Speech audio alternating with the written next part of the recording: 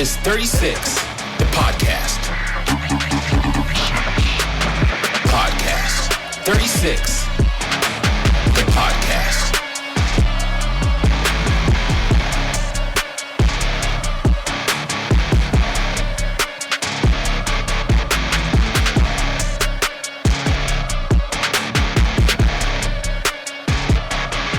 And this is 36, the podcast.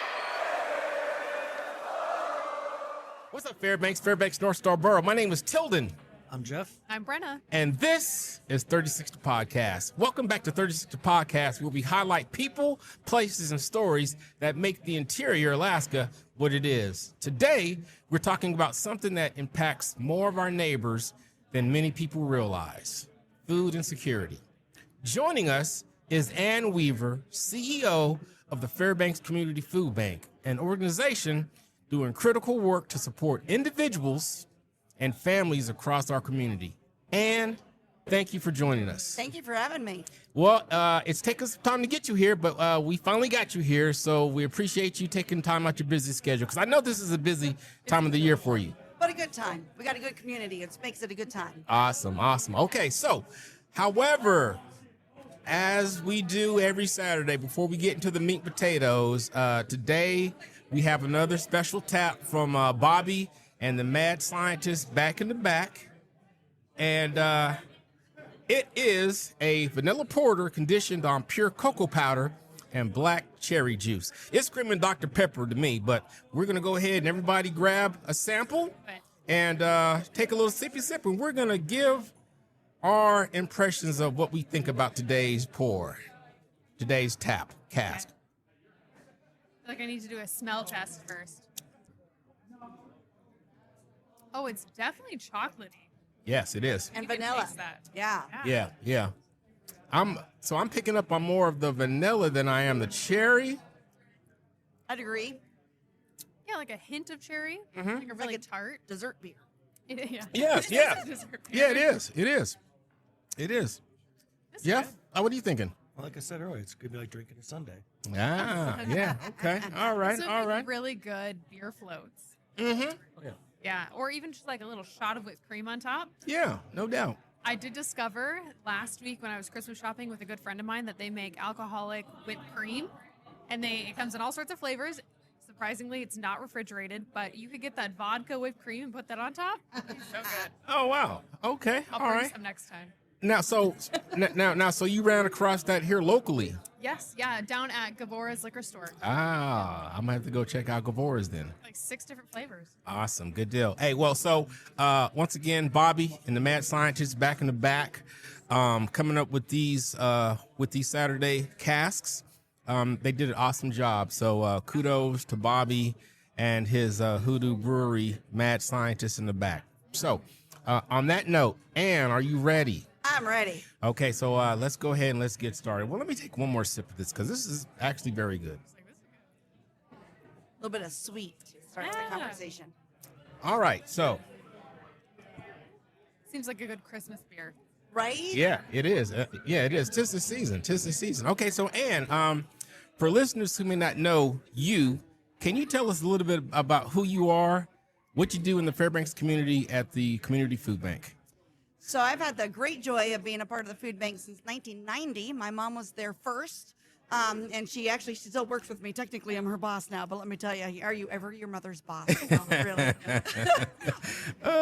But she started, the food bank was founded in 1982. Right. We were founded by just a couple of folks that saw a problem. It was during a recession. And then after, 8 years of kind of figuring out who they were, then Sam stepped in, and I was literally raised under the table, like sleeping under the table. But over the course of the next many years, I had an opportunity to work in the warehouse, to work in the front office, to kind of be a little bit of everywhere. And after a while, decided that, I worked in places where I was able to make folks a lot of money, which is great. I am all for making folks money, because then they're able to be a part of a community. Right. But it didn't really hit my heart need. And so in 2004, the board decided that Sam needed a transition plan eventually. Okay. And so I was hired to come alongside and learn from her. And for the Yes. next 11 years, I was her kind of sidekick, for lack of a better term. And then in 2015, I stepped in the role of CEO, and she stepped into the role of community development director, which, let me tell you, nobody can raise a community like she can. Right. So, you know, we won with that conversation because now that's all she focuses on. Right. And my job is to kind of take care of the administration, the inside, everything, the staff, the volunteers, all the wonderful things that happen inside. Right. And so for the last 10 years, I've been at the helm there. And it's so cool because so many of the things that we do today are things that Sam had started to establish in 1990. Okay. For example, the first thing she did was change her number to 90745 SHARE Right. because she wanted this community to understand that what's going to make us strong when we Okay. work together. Okay, so just a quick question for you. Okay, so prior to 1990, did Fairbanks have anything like a community food bank where residents could come to? Oh, okay. From, Okay, so from they did. 1982 to 1990, they had a couple of executive directors. One of them, unfortunately, Claude was wonderful. He was a wonderful executive director, but his wife died in a terrible accident. Now, so was it known back then as the Fairbanks Community Food Bank? It was, yep. We were actually founded in 1982. Okay, so that's when your mom. She was part of the founding committee. Okay. But she didn't take a paid position there until 1990. Okay, got you. All So right. that's when our family story started with the food bank. Oh, okay. So, All right, yeah. got So you. 35 years now, almost 36, because she started on the January 1st of 1990. So we're about to crest into 36 years at the food bank. Makes it really easy Our to family. track. Right? Yeah. And now yeah. my kids are sleeping under my table. Yeah, So, yeah. you know, it's Volunteering. good full circle. And volunteering always Yeah. on the floor. Very nice. Matter of very fact, nice. it's so cute. I now have my daughter is a facility assistant when she's not in school. Yeah. So she's now actually working at the food bank too, like working at the food bank. So with 3 generations, my mom, myself, and my daughter. That's Yeah. very fun. Nice. Very Power nice. trio now. Right? Very nice. Very nice. Well, I think you probably already answered the question of how did you personally get involved with the food bank and what made you stay. So let's go for when you hear food insecurity, they might, people think of like a big city, kind of like we have here in Alaska. What does it look like here in Fairbanks and the surrounding areas? Great question. So it's interesting. I'm going to give a little bit of a windy answer to this. I promise I'll get back to that. But my youngest son happens to be from Liberia, Africa. Okay. And food insecurity in Liberia is kind of what we expect on television. You know, when we see the big bulbous tummies because of malnutrition, all those things. You know, he's got to deal with the medical issues that came from having that kind of food insecurity. And so oftentimes, you know, America in general just has a lot more than a lot of other countries. And so some people will say, well, there's no such thing as food insecurity in America. Well, there is, because if you can't afford healthy food, Right. then you're actually still getting malnourished. It just looks different. You know, Right. my son had no food or only white rice, but it still can be, there's still food insecurity. Right. What it's going to look like here in Alaska, in particular in interior Alaska, is, for example, people become very food insecure on really cold days. When you've got weeks of 20, 30, 40 below, Right. then your bills just simply go up. Your light bill and your heat bill. Then you've got things like, you know, medical expenses. The world sometimes just doesn't go right for you there. Car accidents, you know, things like that. That even though there might be some insurance for, there's still expenses. Right. When people are barely making ends meet because it's expensive to live in interior Alaska. Right. People are barely making ends meet, and then it's time for school to start again. So you've got all these school supplies to get. Those kinds of costs can just kind of push you over. Right. So what we do is we've got a couple of programs. Our main one is our emergency food boxes. That means that our goal is to provide a breakfast, lunch, and dinner for 3 days for each person in the household. Who we directly serve are the working poor, the folks that are in homes and the working poor. We indirectly serve homeless because we also work with about 140 other agencies like Rescue Mission, Stone Soup, Meals on Wheels, a Nonviolent Living Shelter, church pantries. 140 other organizations, like within the interior? Yep. Oh, good Because Lord. what we'll do is we'll go around 6 days a week, collect the local surplus food, bring it back to our shop.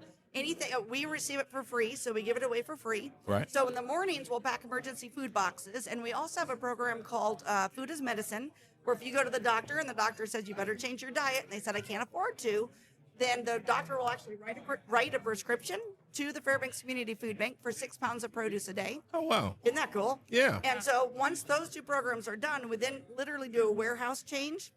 And in the afternoon, agencies, anybody who's a 501c3, a school district, groups that are intentionally working with anybody who may or may not be struggling, then they're able to come and pick up the food that we've got kind of in excess from our program. Yeah. They're able to pick that up. Oh, wow. So last year in our emergency food box program and our food as medicine program, we were able to provide about 900,000 meals. To us, a meal is 2.2 pounds. So that gives you room for milk. That gives you room, a meal. And then we were also able to provide about 923,000, if I remember correctly, 1,000 pounds to other local agencies, which keeps their costs down. Oh, wow. And it's really cool. We also do law enforcement boxes. So if a police officer is like, hey, I'm getting ready to have to take a dad from a family, and so I would like to have a nice way to enter, or hey, this family just had some sort of tragedy. I walked into their house and I could see they have nothing. They'll call us up. We'll make them an emergency food box, give it to the law enforcement, and then they can enter that home with some sort of hope for the kids and the family members. So there's a lot of parts and pieces as to where that food goes. But it's those kinds of programs that allow those kinds of programs that allow other people's missions that they can now put more money into their own mission because they have to buy less or no food depending on their circumstances. Right. And in the agency shopping, we give out whatever we have that we can share. And so they put a lot of perishable foods. It's really a cool full circle. And Sam started a lot of those programs because she said, okay, if we have enough to meet our program need, we don't want to waste it. What can we do? And so then she brought in agency shopping, for example. So it's about how to give back to the community. Yeah, very nice. Very nice. Okay. I didn't know about the police partnership. Yeah, bringing that exactly. into the home. That's amazing. It's a really regular thing to have like a troopers are going out to villages and they'll give us a call and be like, this is going to be a hard pickup. Can we take some food to them? Absolutely. So it's pretty frequent that we send food out with police to the villages, for example. Sure. And locally as well. That's awesome. I think you guys partnering with all those other agencies allows them to work on their specialty, whether that's, nonviolent living, education based, and everyone has their specialty and they can dial in on that. And then you guys just work together, which is That's exactly the fantastic. goal. And I remember one time we had somebody, it was one of the murders in town where the husband got everybody and the wife was the last one standing kind of deal. And it was so tearful when the police officer called up and said, I got a really hard case here. I need to do something to bring hope. And he brought the lady in and we were able to give her some food. And I'm not sure who cried harder, the lady or the police officer. Oh, wow. Because they see so much hard. Yeah. Okay. Well, on that note, cheerful note. Exactly. Sorry, it gets more cheerful from there. I need to pet my Santa hat. Get a little try back. But beautiful stories, and I feel like we're learning a lot, which is what's important is sharing these stories. Yes. Ooh, okay. So many good questions. You guys are killing it out here. Okay, so what does a normal day or week look like at the behind the scenes of the food bank? So our days is fun because they're pretty kind of set in stone. We've got a very good rhythm. So our staff usually show up a little bit before 8. Our drivers kind of run 8 to 4, 6 days a week. They're going to go to all the local grocery stores, from the co-op to the Costco to everything in between. Yeah. And they're going to pick up any food that the reason grocery stores throw away food is because they've got a new shipment. Right. So even though the food is still new and good, they have to put it in the dumpster, not in town. But that's the standard operating procedure for a grocery store. Yeah. So we show up and say, nope, we've got this. Matter of fact, our first year we collected a few thousand pounds and helped a few hundred people back in 1982. This last year we picked up 3 million pounds of food and brought it back to our shop. 2/3 of our daily workforce are volunteers, and so they sort it, organize it, and then they give it out. So our day looks like our drivers start by picking up that food. That's what they do from 8 to 4. And then the rest of our warehouse staff show up at 9 o'clock, get everything set and ready. From 10 to 1, our volunteers show up to pack emergency food boxes. Wow. And then from 1 to 4, we've got 2 things happening. The afternoon volunteers will kind of whatever we need, whatever kind of odd jobs we weren't able to get done in the morning because that's our busiest time. Yeah. And we'll also do our agency shopping in the afternoon, which is where about 40% of our food goes. And then from 4 to 5, we mop the floors, get all cleaned, and button up, and do it again the next day. Oh, wow. And then the only change to that is on Saturdays. One Saturday a month, we'll have TFAT, which is we have 2 government programs, only 2. So the 2 government programs allow us to provide food to some of the local villages. Allows us to take food. It's more of a supplemental box. Right. So that means that instead of the emergency 3-day, here you go to get you through, Yeah. it's going to be as your funds kind of, by the end of the month, sometimes things can be skinny. Right. So this gives us a little bit of a supplement. So that's where the government programs come in.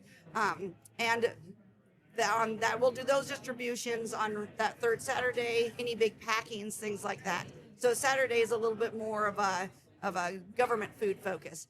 And Oh, okay. it's really cool because that means that we get to hit about 1,500 more households. Actually, our who we touch with that program is about 46 different villages, all the way up to the tippy top and all the way down around. Oh, wow. So we have a huge footprint when it comes to who we serve on those programs. Oh, wow. Okay. We should really just call you guys the Northern Alaska Food Bank because they're serving so much more than Yeah, the no Fairbanks doubt. or Borough. Now, the families that you help, wherever they may be located, right? Is it a one-time thing, or is it a do you have repeat customers? Well, for lack of a better term. So I'm going to answer that with a story. The direct answer to that is you can receive up to 10 emergency food boxes in a year. Okay, If you all think about that in a 3-day supply, then it's either going to be 1 month where if you're trying to sign up for SNAP, if you're just simply going through a really hard month, we'll carry you through that month. Got you. Or you can do 10, that'll cover the end of 10 months. And then November, when we have Thanksgiving, that box doesn't count as one of your 10. Oh, wow, In okay. October, we have PFD. So you can kind of, it can nurse you through the year if you're needing just a little bit. That's a big picture answer. But the smaller answer is there is a girl, 40% of who we serve are kids. Right. There's a young girl, her name is Mary. And she was going to the nurse's office very much like clockwork, a couple times a week, kind of every Tuesday, Friday kind of deal. Right. And after a couple of weeks, the nurse had built up a bit of a rapport with her. And she said, Mary, why am I seeing you so much? You're not trying to avoid a test. You're coming in sick 2 days a week. Why? And Mary's answer was, nothing yucky at home, fortunately. In this case, nothing yucky at home. Mm-hmm. But they had a big family, not a lot of food, not a lot of money. It wasn't her turn to eat that day. Oh, wow. And Mary was 8. It wasn't her turn to eat that Wasn't day. her turn to eat that day. And so think about when you're hungry, how nice are you? She didn't have a lot of friends because she was hungry and grumpy. Right. When you're hungry, how well do you listen to your teacher? Not well. Right. So she was seen as dumb, but the issue was she was hungry. So the nurse made 2 phone calls. One of them to an agency that was able to, the issue was her father's car kept dying, so he couldn't hold a steady job. He couldn't show up to work. Okay. So she ended up, so the nurse called that agency to get the car fixed. Yeah. And then the nurse called us and said, I need an emergency food box. And I think we served Mary's family 2 or 3 times, if I remember correctly, just long enough that Dad got his first paycheck and away they went. Mm-hmm. But in that emergency food box, the other piece of that story is the nurse had gone over while she was talking to Mary. She went over to her closet and she pulled out her granola bar that had been donated to the food bank. We partner with all the local schools. Mm-hmm. And so she took the granola bar, handed it to Mary, and gave her something to eat. Right. And I like to think about 2 things in that story. So in her case, we served her 2 or 3 times, and every calendar year it starts from 0 again. So you can, if you're having continual hard years, then that's okay. Right. But there are 2 parts of that story I really love thinking about. One of them is how many granola bars did it take to make Mary's day better? Yeah. 1. Just one. And so often we think we have to do more, and we have to, I can't save the world. No, you can't. But Mary's day was made better with 1 granola bar. So, we can often do that.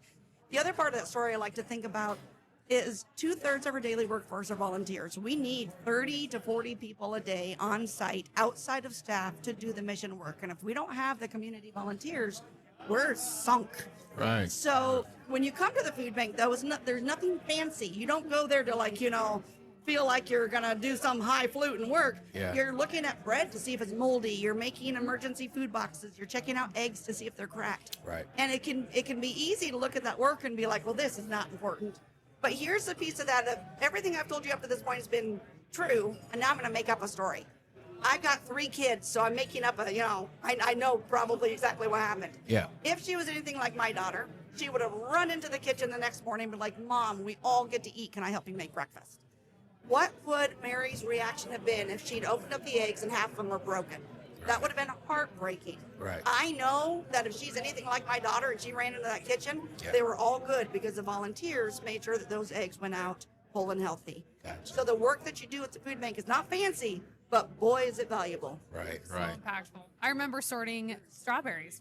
That was one of our projects. Many years we come and do boxes as a business. Yeah. But that year they needed us to go through veggies and fruit and see what was good and what wasn't. And you feel like you're doing more work when you, I think, are a part of the process. Right. Yeah. Exactly. And so it's all strictly volunteer.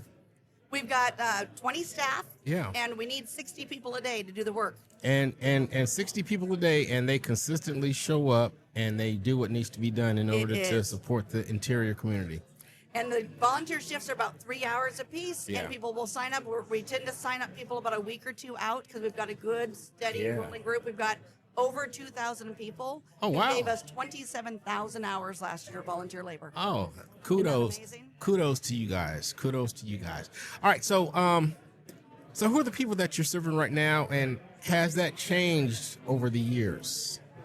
So everything I do tends to go to stories because I remember things that. So here's a story I'm going to start with for that one. Typically speaking, who we serve are the working poor. Okay. 40% of them are children, 20% are elders. That's kind of our typical answer. And in general, that's really consistent. However, then you have, when COVID hit, we had several things happen. First of all, many of our volunteers are folks that are elders, and so they were told, stay home. Well, we just lost a lot of our volunteer workforce. Right. Well, we also had a community of folks that were able-bodied and healthy. They too were told to stay home for a couple of weeks, and when you're able-bodied and healthy, it's really important that we get to feel helpful instead of helpless. So we ended up gaining 144 new volunteers in a 6-week period because the folks that were healthy and able to said, I want to do something where I'm not feeling so helpless. And so then they started coming into the food bank Okay. and being volunteers. So you got this really cool response to a hard moment. The next part of that, though, is the folks that kind of hit the papers as bringing COVID to town kind of concept, they were the first ones quarantined. They got quarantined, then everybody else started getting quarantined, but before everybody else did, they got to go grocery shopping. So here they are, they come out of their quarantine, they go to the grocery store, and there's no food on the shelves. Right. And so she called me up and she said, I have money in the bank and no access to food. What do I do?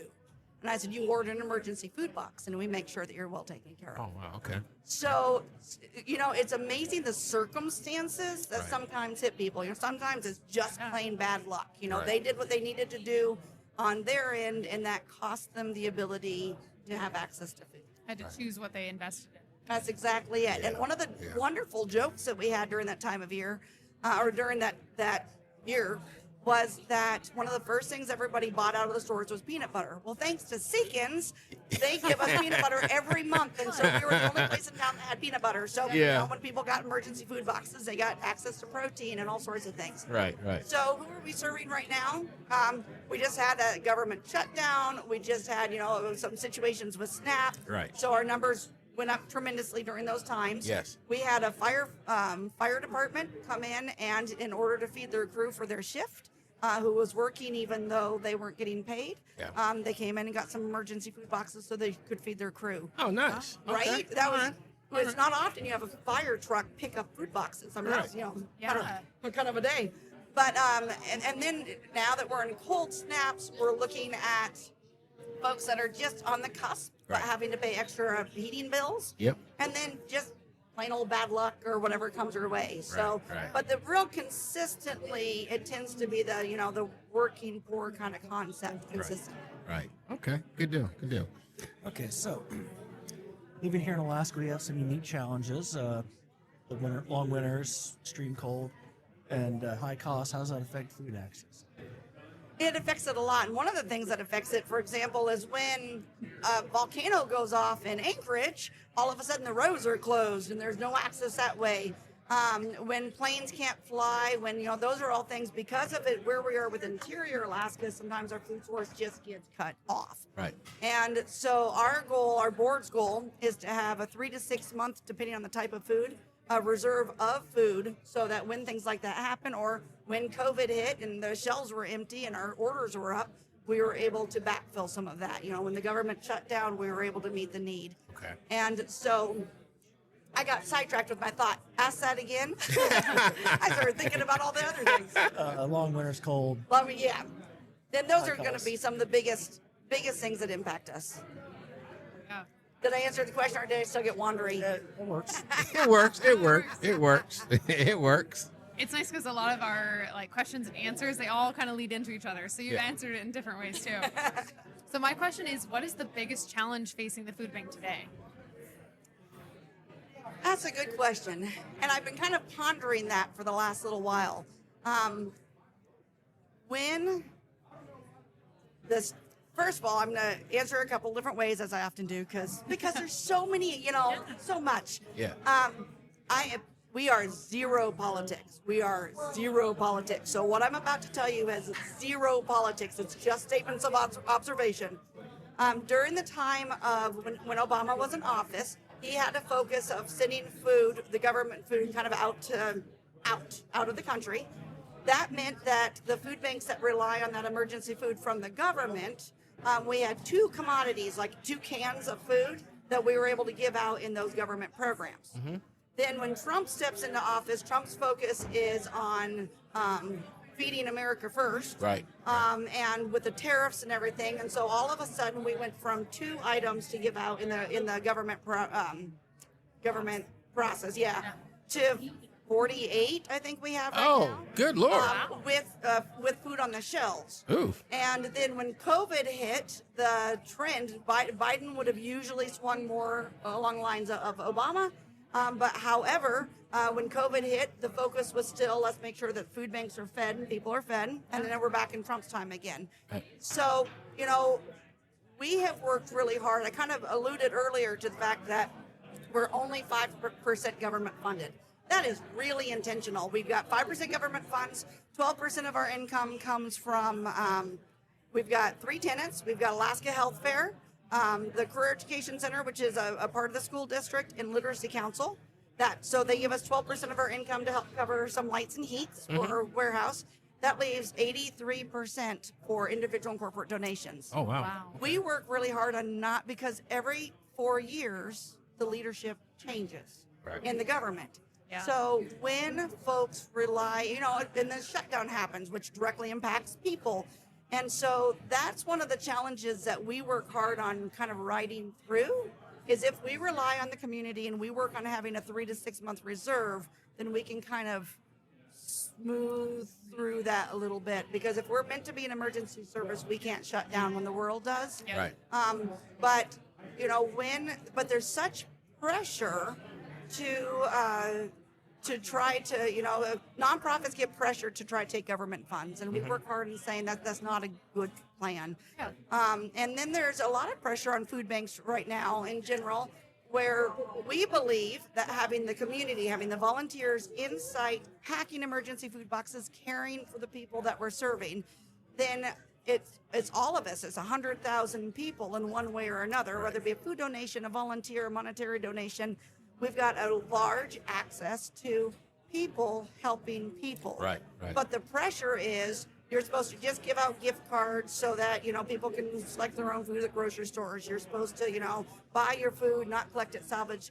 And we end up being a very different food bank. And believe it or not, Feeding America is a national voice of some food banks, but they really want us to give out gift cards and take government funds. So we're not connected to Feeding America, but they will advertise in town as if they do. So when you give Right. to Feeding America, you're not giving locally, and that's great. If you want to give to them, cool, but Right. just be aware of that.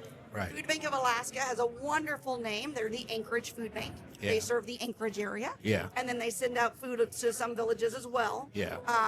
But so, we're constantly saying, you know what, we're just your little Fairbanks. Yeah, and so all donations that go to the Fairbanks Community Food Bank, it stays in the community. Yes, sir. And so, yeah, I'm not going to put any other organizations on blast because when you give to certain organizations, it does not all stay in the community. I'm not going to mention any names. But if you guys know what I'm talking about, you know what I'm talking about. But just know that the Fairbanks Community Food Bank, if you donate directly to them, your monies, it stays directly in the community. Yep. We have no parent organization we have to pay. We can make our own decisions based on what's best for this community. And we take such joy and pride in serving the community that's been such an incredible partner for 43 years. Right. Awesome. That's awesome. Okay, so are there any myths or misconceptions about food banks or the people that use them that you want to clear up? I mean, and so I say that because as a DOD employee who just came off of the longest furlough in history ever, and I missed 3 paychecks. I was seriously considering coming to see you, not to drop off turkeys as custom creations, but to ask for a box. So what's the misconceptions? And please clear those up. Make me feel better about almost having to come see you. Well, and I love that question because that's exactly it, is that there are hard circumstances Right. that are way outside of our control. So again, typically I'm going to respond to that with a little bit of a story. We had, one day we had 2 Cadillacs show up for food distribution, and they were on the receiving end, and they drove up and they hopped out of their Cadillacs and they came over to get food. And some of the volunteers were going, well, I'm sure, blah, blah, blah, blah, Yeah, blah, exactly. right? Don't judge. Right? Yeah, don't judge. Right, that's exactly it. And so they went up to, Sam was the executive director at the time, and she said, I'll just go visit with them. So she walked over and gave them hugs and said, what brings you here today? And they said, we have always had a lot of money. We've always had a lot of access. We've always been able to be on the giving end.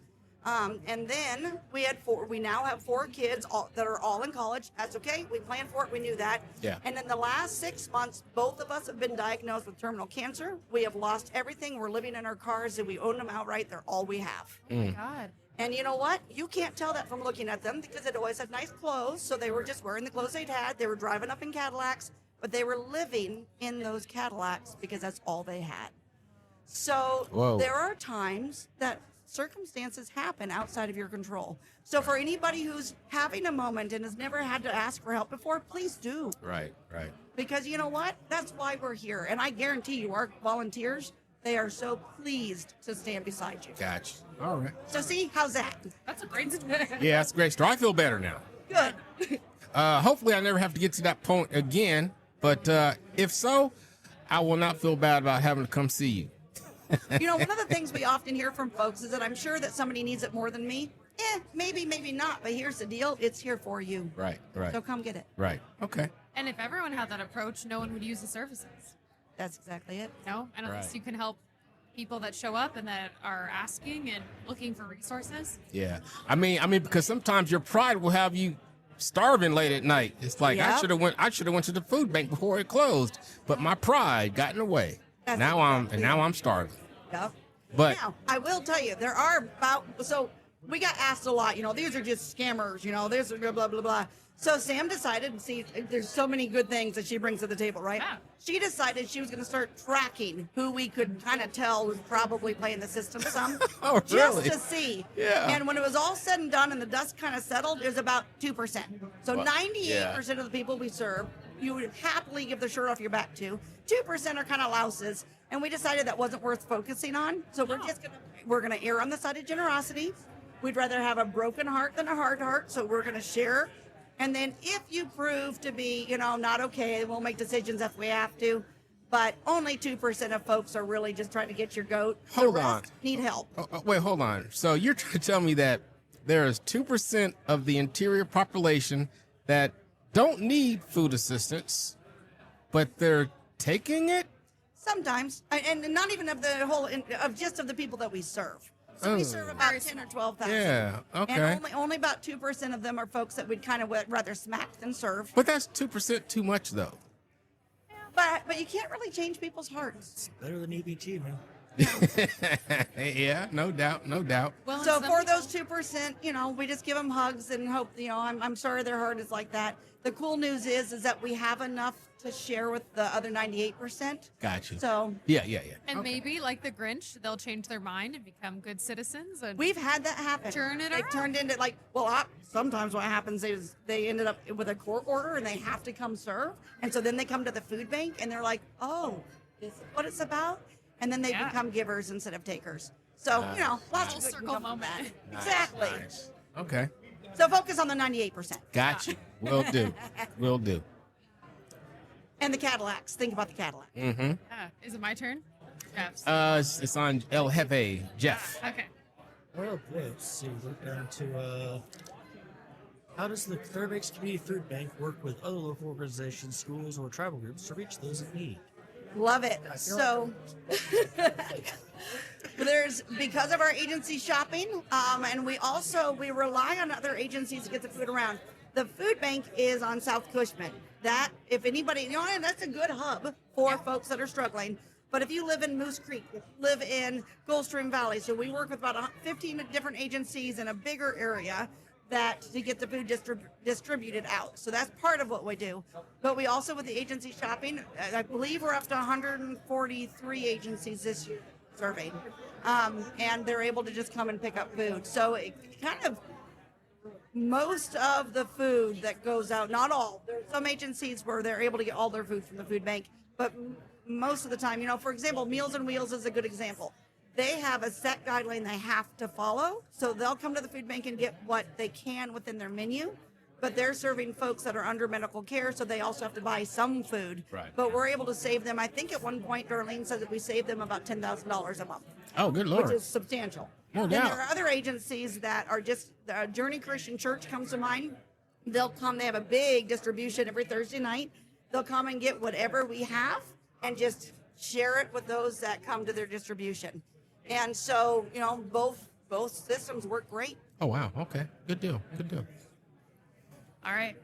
Is there a story that has really stuck with you that has helped remind you why this work really matters? And it's funny that we asked that because you have a million stories and they're all super impactful and all very moving. So it's going to be hard for you to choose.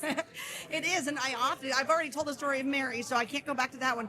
But actually, I'm going to tell you from a donor standpoint. I'm going to talk about two different donor standpoints because it's not just the people receiving the food need it. Think about that story of Mary. That would be a good example of the thousands of people we serve each year. Right. But there is a gentleman, I was looking up last year for our board, what was the smallest gift that we have on record? Because we have a big, beautiful building, thanks to Dennis and Mary Wise. He's also built another warehouse across the street for us. I mean, we look very big, but we're not. We're still a small local grassroots organization. So I went to our records and I looked up what our smallest gift was on record, and it was 12 cents. And I remember that 12 cents. So we had Alan Mitchell was doing his annual food drives at the Fred Meyer's. And this gentleman walked in and he's like, oh, you're doing the food drive. Let me see what I can do. And he walked through the whole store, got what he needed, and came out. And he was, sorry, that's going to make me tear up. This one does. Okay. He was so excited because he was the sole caretaker, his elderly. He was a sole caretaker for his wife. And he was able to save the last 12 cents he had because that was the last shopping trip he was going to have to make that month. And he shared it with Alan because he needed to be a part of the community and to give. And so that 12 cents is on our record. And let me tell you, that tells me we have to take really good care of these gifts. And one of the other, then you think of the, when COVID hit and we had the volunteers come in, Right. What we were hearing were, this place has hope. This place is doing something about these hard moments. Right. The folks that were, sent home that were going to feel helpless were able to come and participate. Right. So it's a twofold. Anybody who receives one of our food boxes, there is so much love and care that goes into them. The people who have shared out of just the deepest part of their heart. Right. So when you request a food box, when the furlough happens, when life happens, I really do mean it when I say, yeah, maybe somebody needs it more than you, but they've made it for you too. Right, exactly. I really mean that. Exactly. Because I get to see the givers. Right. You know, here's one more. Sorry, got to do it. Right. Stories they're so fun because I can see the faces. We had a lady come in one day and she was trying to be a nursing mom, but she didn't have enough food herself to produce milk, so her baby was starving. Okay. So we were able to provide her with food. She was able to nurse and feed her baby the free food that comes from moms being able to nurse. So, you know, there's so many stories that stick with you. You got your monetary donors, your volunteers, your food donors, and then people like that nursing mom who just a little help. Wow. Okay. All right. So, so first of all, let me go ahead and let's do this right here. So, you can find 36 Podcast. We're on, if you want to listen to us audio, we're on all your usual suspects. We're on Apple, we're on Spotify, and there's a few more in there. Of course, if you're watching the video, you know that you can find us on YouTube. We're also going to post links to those areas or locations at the bottom of this description.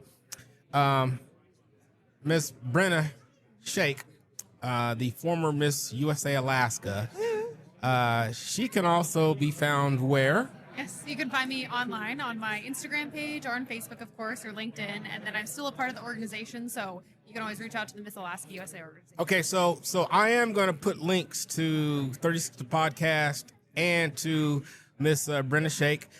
And where can we find you on socials as far as Community Food Bank? Couple things. So our website is fairbanksfoodbank.org. Okay. Our biggest presence socially is on Facebook, Fairbanks Community Food Bank, but you can also find us on Instagram. I believe it's also Fairbanks Community Food Bank. I don't talk about that one as much, obviously, because I had to think about that. But those are going to be the main places, and we just focus there because then we can focus on food. Okay. So do me a favor. Text me those links, and I'm going to add those to the description when I post the video online. Perfect. All right, so that's going to lead me into my next question. So for listeners who want to help, what's the best ways to support the food bank right now? So there are three things we absolutely must have from the community to do our work. We must have donated food because that's how we give it out. We must have volunteer labor because without you, we're not able to do the work that we do, pack the food boxes. Okay. And we must have enough money to be able to pay the bills that we can't get donated. You know, we have to, so here's a lesson in food bank math, okay? Yep. We have, thank you, Dennis and Mary Wise, we have a donated facility, a couple donated facilities. All of our vehicles we work on purchasing with grant funds, you know, Rasmussen, the Ford Foundation, the grant funds. Right. And then... and so we're debt-free, we're mortgage-free. That's amazing. Oh, wow. I know, isn't that cool? It's so Yeah, exciting. no doubt. So that means that and then 5% of our income comes from the government, 12% from renters, 83% comes from individual and corporate donors, including that 12-cent donation. Oh, wow. Every single thing matters. Yeah. And so if we had to pay to do all the work, if we had to buy the food, if we had to pay for all the labor, we'd be a minimum of a $10 million organization. Okay. We're not even a fifth that. Our little cash budget is so small in comparison to what we do. In little old Fairbanks. Yeah. Isn't that fun? The interior of Alaska. Awesome. And There's so a lot any of of those three things are just perfect because no matter what, you're helping. Nice. And without you, we can't do it. Yeah. Nice. Well, and maybe to add to that math, something I learned from Anne through our friendship is they take those cents and those dollars and they put them so far. So when you're donating to a local nonprofit, they're stretching that dollar, right? Yeah, They're making it purchase the most that it can. So that 12 cents for them to make a meal here in Alaska, it's even a lower cost, I think, than really anywhere else at some of the other food banks. So that's been really fun too. Yeah, so tell them. So first of all, every dollar we can literally stretch to at least 5. Right. And we do that also. I forgot to mention we have a microturbine and we produce our own 65% of our electricity. The byproduct of electricity is You heat. guys have your own So microturbine. we do, because then it keeps your costs down. It saves Oh, wow. us $4,000 to $6,000 a month Yeah. in heating because we're able to do it ourselves. And then we have a biodigester, so we can. Dig Yes, food I was that going to would've ask gone you in about that. Yeah. So with the biodigester, so I've seen the commercial. So how exactly does that work? So we're going to segue real quick, and so I know you have I know you've got a engagement. Busy lady. Okay, so so explain to us how that works. So the biodigester is of the 3 million pounds that came in. About 60%, 55. I mean, because some of it does spoil, so you got to do something with it. Correct. Yep. Oh, okay. So about 55 to 60% goes in our emergency food boxes. Okay. 35 to 45%, kind of depends on the year, goes to other agencies. Okay. And then, and again, I'm giving approximate, so don't add this up together because that won't make sense. And about 5 or 6% goes to animals, for example, cow, pig, goat, chicken. And then about 4 or 5% ends up in the landfill. Well, we want to lessen that because, that's a really good percentage, but we'd like to do better. It's your gifts. We want to do better. Yeah. So this last year, we invested in, with grant funds, we invested in, actually lotto funds, a biodigester, which allows us to take that food that would have gone into the landfill that we couldn't use. The avocado was broken in half. You can't do it. Yeah. And put it into the biodigester. In a 24-hour period, it heats it up, it spins it up, and it spits out biofertilizer. And then we can give that back to gardeners so that they can grow again. Okay, so I don't mean to interrupt you. So for all you gardeners out there, so does that mean that a gardener or somebody who thinks they have a green thumb or wants to have a green thumb, they can come by and pick up a sack of biofertilizer? And it's not, for those who are avid composters, it's not compost because that takes 3 years. Okay. But it's a biofertilizer we can process in 24 hours.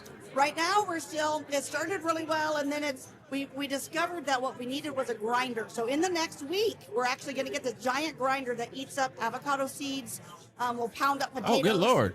And so once we get that in the mixture, the better the mixture gets, then we'll start pushing it out to gardeners. That's exactly what that means. Whether it's a little garden or a big one. And you can come by, once the process has been perfected, you can come by and pick up a pound or a bag or however you guys are going to distribute it. That's exactly right. And we're so excited because awesome. we're supporting the gardeners who support us. That's awesome. And if you want to put a donation in while you're there, Right?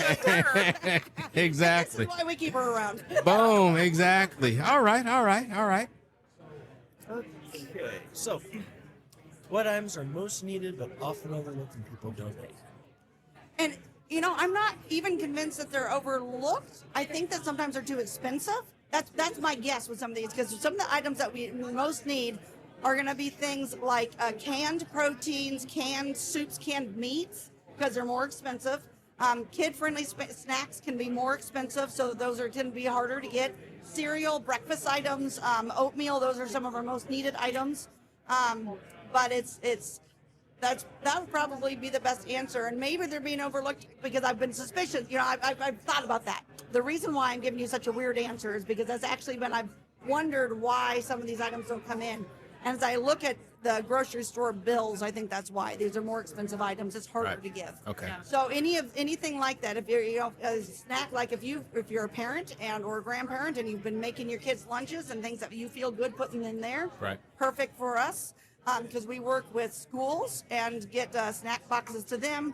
We have our emergency food boxes where if we see kids in the household, we try to pack that up with snacks. In the summer, we do a bone builders program, where it's night and weekend food we'll put in bags for kids. And so those are always biggies that are a little bit trickier. And then just the canned proteins of any sort, whether it be chili, tuna, Vienna sausage, spam. Yep, absolutely. Yeah. Remember Glenn? Yeah. I love me some spam, buddy. Let me tell you. Boom. All right. So. all right. Well, we've already asked our next question. It's kind of been answered, so I'm going to ad-lib a little bit. So we talk about how you guys partner with the school programs, and I know a lot of them have snack pantries.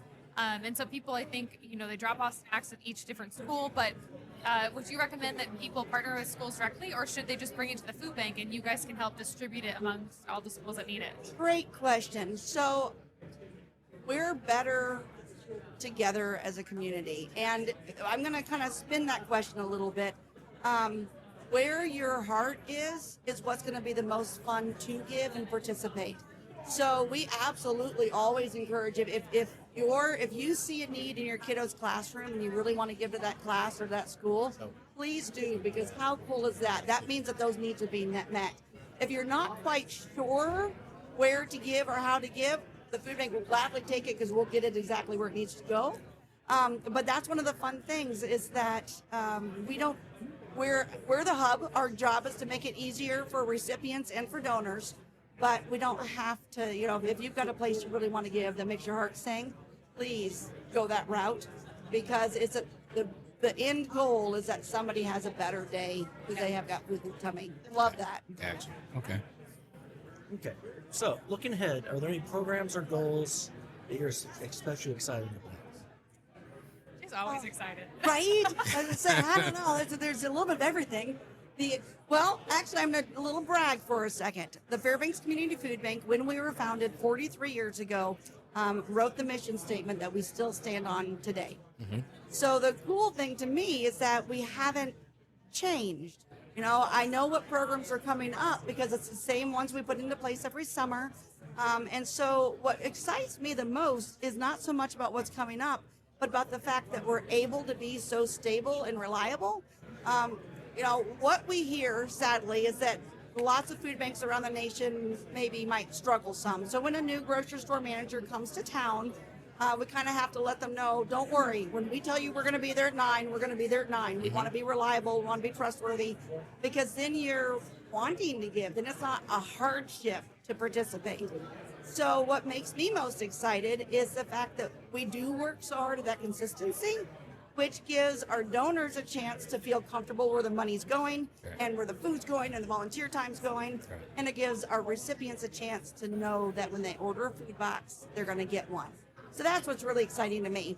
We do have a fundraising event, a very fun one, coming up in April. It's a little ways away, but it's our signature event. It's our empty bowls. Yes. And that's when all the potters come together and they'll make like 1,000 bowls and just give them to us. Yes. And then we get to sell them, and that's a $20,000 to $30,000 fundraiser. Now, and remember, food bank math, that means 20 times 5 is $100,000 worth of value from that food drive. Yeah. And so I have seen where you guys have started putting out the advertisement for the people to submit their artwork for next year's t-shirt or logo. That's right. All right. So if there are any artists out there, there's going to be the link that you can go to in order to submit your entry, in order to have your design hopefully featured on the 2026 Empty Bowls t-shirt. Empty Bowls t-shirt. All right. So are there any more questions before I ask the last question? Ooh. Any more segues? I mean, I can always have questions. Okay. Well, so go ahead, speak now, forever hold your peace. Okay, well, I think we should talk about it because it's such a cool program. And one of the board members at the Fairbanks Community Food Bank helped kind of, I think, start this giant movement and trend, but it's about the birthday bags. And I think we should talk about it. I think it's cool. That's so okay, fun. all right, awesome. So that was Marissa, as a matter of fact. You shout out to her. So the concept is that people are struggling all times of year, but we actually, part of the identification we take on folks is we get to know their birthdays. Yep. And if we see that there's a birthday on a food box, then we like to slip in a little cake mix and a little party bag. Yeah. And so Marissa gave, oh my goodness, we've had lots and lots of wonderful birthday bags from Marissa. But how fun is it? So we had a lady come in one day and she had missed her emergency food boxes. But due to circumstances, I don't remember quite how it all panned out, but she walked in to tell us that that's what it was. She had received a food box and she was right downtown, and she came over and she said, I need to explain something to you. And she came up in tears just streaming. And she said, today is my 5-year-old's birthday and I didn't know how to get a cake for him. There was a cake in my food box. Yeah. And the 5-year-old came in. It was just there with mom going, it's me. Yeah. Oh, that's just so cool to be able to take not only a hard moment and help to make it good. Right. A good moment. Right. So yes, that's a fun one. Man, I'm gonna tell you what though. So having heard your story and how you are in the position you are in now and where it began, hug your mom for me. She's amazing. Yes, and so the next time I see her, I'm going to hug her too, because I think she's always there when you're there. She is. She turned 80 this year, and she's still just tooling. She did. Oh, good Isn't that Lord. amazing? And she she's Powerhouse. cruising around like a little 50-year-old. Yeah, so so there's something to be said about parents who provide that type of inspiration and influence in order for their kids to take and go and keep running with it in their footsteps, And it's been generational. So this last year, my mom was actually born and raised in Mississippi. Mm-hmm. And this last year, after being away from there for about 70 years, my mom, myself, and my daughter went back to the street she was raised on. Mm-hmm. And what she remembers the most is her grandma would be like, we're going to make some extra meals today, and today we're going to walk down to our neighbors. We're going to make sure they're fed, because we live on a street that's got a lot of folks that can't feed themselves. Yeah. And my mom remembered that so much that when she ended up, 30, almost 36 years ago, becoming a part of this food bank in town and doing so much amazing with it, because her grandma said, we are going to make a meal and we're going to share it. Right. And so it's been generational. So now we got grandma to mom to my mom, to us 3, plus me is 4, plus Hannah now is 5. I mean, it's so cool to see generations of people just bound and determined to walk side by side with people. Yeah, that's awesome. That's a beautiful thing, and you have never forgotten from whence you came. And so, and it's good that you pass it along, and that people in the community know that they can count on you, like me, myself. There's a lot of things that before we had this conversation today, there's a lot of things I did not know about you personally, and then about the food bank, in general. So we want to thank you guys for what you do in the community, and whatever we can do to continue to support you, we're going to do. Well, I knew you first as Tilden the Turkey Man. So you are you've already provided hundreds of households with support, and that's amazing. Thank you. Yeah, well, and that comes from never forgetting from whence you came. Yeah. So I remember growing up, and so, I never want it. If there's anything I can do to help because I've been blessed, then I'm going to do it. All right. So on that note, the last question. Are you ready? Dun, dun, dun, dun. All right. So if listeners take away one thing from this conversation about food insecurity in Fairbanks, what do you hope it is? You matter.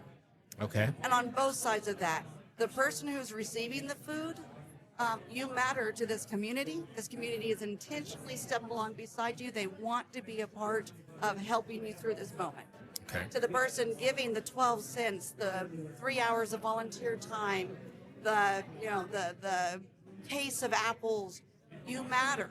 The people, the one granola bar, you matter. Right. I had an opportunity a few years ago to give a tour to somebody who he was so apologetic. He said, do you really, he said, I felt embarrassed asking you for a tour, which, by the way, take a tour. Call me up. I love tours. They're fantastic. But he called up and said, I really wanted a tour to see what was happening in this town. But I was so embarrassed because it was just one person. So I brought a friend so that, you didn't have to waste your time on one. I said, it's never a waste, ever. Right. And then at the very end of the tour, he pulled out $2 and a can of corn. And he said, I didn't think I was going to give this to you because I figured it was too little. But what I've learned today is that it's enough. Right. Exactly. So if you walk away with the one thing, know that you matter. Exactly. All right. So on that note, before we wrap up, we want to encourage everyone listening here in Fairbanks and across the interior to support the Fairbanks Community Food Bank. If you're able, donations, whether food, funds, time, make a real immediate difference for local families. So even small contributions to help shelves stay stocked, especially during our long winters. You can find volunteer opportunities, donation information, and a list of most needed items through the Fairbanks Community Food Bank. Supporting them means supporting your neighbors, and that's something that we can all be a part of. On that note, my name is Tilden. I'm Jeff. I'm Brenna. I'm Ann. And this was 3060 Podcast. Merry Christmas. Happy New Year. It's We 36, are out. podcast. Peace. Podcast 36.